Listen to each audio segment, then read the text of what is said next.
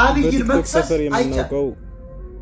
የአማራ የአዲስ አበባ በተለይ ደግሞ በተለይም ለአማራ አብይ ጨፈጨፈን፣ አብይ ያስራበን፣ አብይ ጠላን ማለት አይችልም። ትግሬ ለማንኛውም በእጁ ትግሬን ያመጣው ራሱ አብይን ያመጣው ትግሬዎች ስለሆኑ ማንጁስ ብለው ያሳደጉት ከማራገቢያ ማዞር ፍርፋሪ እየሰጡ ጫማ እያስጠረጉ እዚህ ያደረሱት ነው።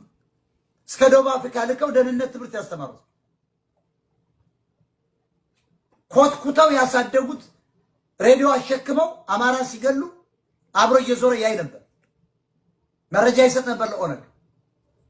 ስለዚህ የትግሬ ህዝብ ብልጽግና እየገደለኝ ነው ማለት አይችልም።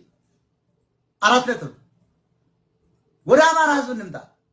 የአማራ ህዝብ ገና አብይን ሳያውቀው ማን እንደሆነ ሳያውቀው እኛ እየነገርነው ማንነቱን እያጋለጥን ይሄ ሰው ራሱ ወያኔ ነው፣ ህገ መንግስቱንም አያልተቀየረም፣ የትኛውን መተማመኛ ይዘነው ወልቃይት ራያስ ለምን ይሄን ሰውዬ ትደግፋለህ?